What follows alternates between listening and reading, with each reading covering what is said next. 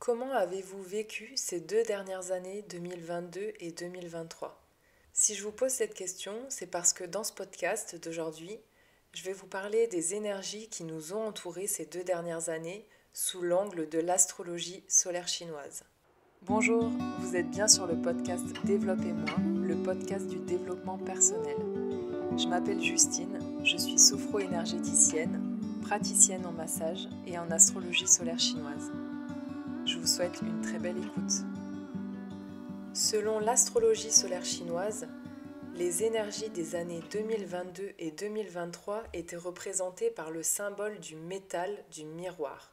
Dans la Chine ancienne, les miroirs étaient faits d'un disque de bronze poli. Le miroir pourrait uniquement être un symbole de coquetterie, on se regarde pour se faire beau ou belle, pour plaire aux autres, mais dans ce symbole, il s'agit d'aller voir plus loin. En effet, on peut voir dans ce miroir le moyen de se connaître soi-même. Pour plaire et se plaire, il faut d'abord se connaître soi-même. Les énergies des années 2022 et 2023 nous invitaient à nous regarder en face, avec authenticité, à laisser tomber les masques et les artifices afin de nous voir tels que nous sommes vraiment.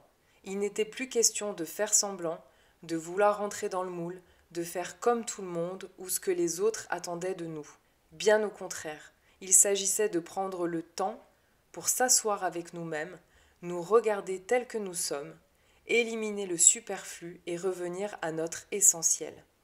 Ces 2 dernières années ont pu être très déstabilisantes car elles nous invitaient à entrer en introspection. Et en venant entrer en contact avec les profondeurs de notre âme, on a pris conscience de tout ce que l'on avait fait, dit, pensé, qui n'avait pas été aligné avec nous-mêmes. Des personnes que l'on avait fréquentées ou qui font encore partie de notre vie, mais avec qui nous ne sommes plus sur la même longueur d'onde, ou avec qui on ne se sent pas vraiment soi-même.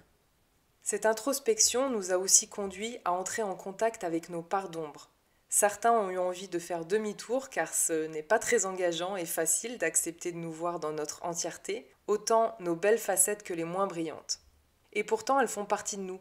Le but était simplement de faire connaissance avec ces parts d'ombre, de les appréhender, pas pour les chasser, mais pour les mettre en lumière, pour les accueillir, pour leur laisser la place d'exister, pour les accepter comme faisant partie de nous, de notre personnalité. Ce sont aussi elles qui nous ont façonnés, mais bien souvent on cherche à les faire taire, à les cacher, soit par méconnaissance ou par honte. Ces 2 dernières années nous invitaient donc à faire plus amplement connaissance avec nous-mêmes. C'était un peu une période de mise en retrait. On se retire du monde extérieur pour entrer dans notre bulle et venir nous connecter à nous-mêmes. Enfin, c'est ce que les énergies nous invitaient à faire. Si vous avez tendance à ressentir ces énergies, à suivre le flot de la vie, à vous laisser porter, je pense que ça vous parle. À l'inverse, quand on cherche à lutter, à continuer notre vie comme d'habitude, sans nous adapter aux périodes, aux énergies qui nous entourent, c'est comme si on nageait à contre-courant. On se prend des vagues, on coule, on s'épuise à nager à contre-courant, on boit la tasse. Bref, c'est très compliqué et fatigant. 2022 était l'année du tigre d'eau, une année yang avec une énergie débordante. Heureusement, l'énergie de l'eau yang n'était pas la plus forte que l'on ait pu connaître, mais quand même, ça reste de l'eau yang. À l'image d'un torrent qui emporte tout sur son passage. Le symbole de 2022 est le métal du miroir qui nous invite à une meilleure connaissance de soi. Cette connaissance de soi ne se faisait pas forcément en douceur. C'était plutôt des événements qui étaient mis sur notre route, qui venaient nous percuter pour faire sauter nos illusions. Personnellement, ça a été une année extrêmement déstabilisante pour moi, où j'ai eu pas mal de prises de conscience qui se sont faites, mais de manière assez brutale. Je le vois vraiment comme si j'avais pas forcément envie de voir la réalité, je me voilais la face sur pas mal de choses, et 2022 est venu mettre en lumière tout ce que je ne voulais pas regarder en face. Autant vous dire que j'ai quand même un peu morflé. J'ai eu l'impression d'être détruite, broyée par ce bulldozer, et à plusieurs reprises, je me suis sentie assez bête parce que je m'étais sentie naïve.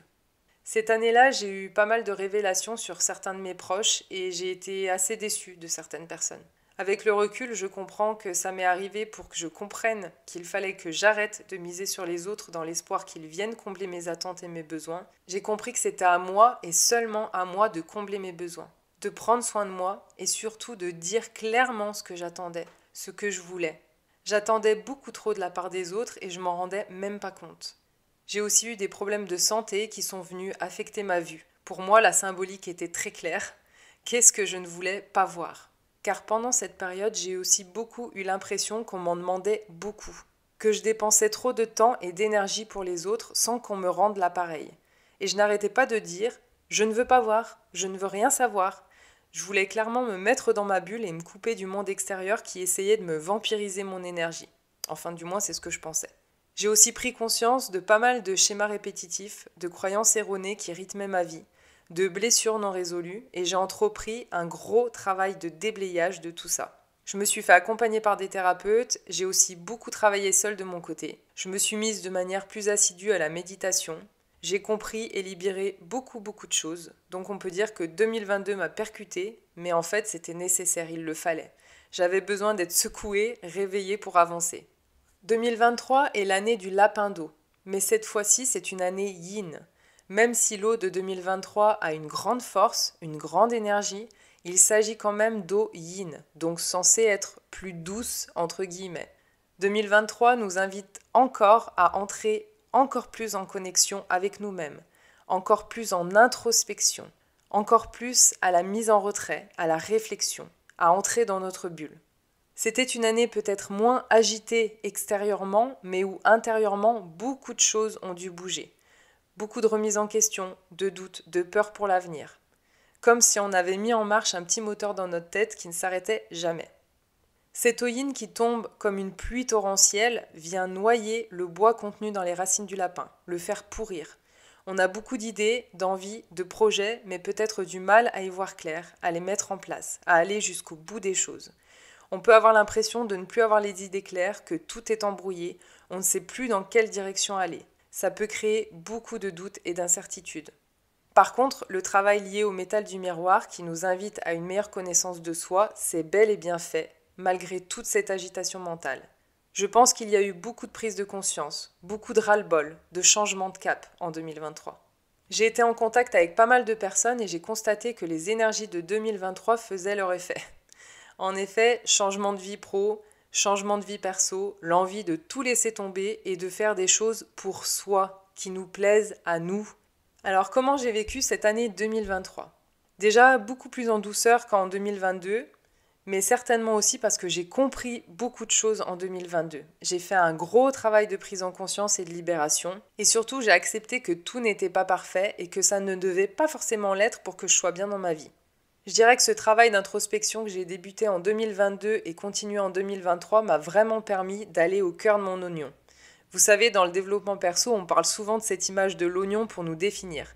C'est-à-dire que quand on va commencer un travail d'introspection, on va d'abord gratter les couches supérieures, superficielles, et plus on va gratter, plus on va avancer, plus on va travailler sur soi, plus on va aller en profondeur au cœur de son oignon et libérer des choses peut-être plus lourdes, plus lointaines, ou peut-être des choses qui ne nous appartiennent pas, dans le cadre du transgénérationnel, par exemple. Et donc, j'ai vraiment eu l'impression d'entrer en contact avec le cœur de mon oignon.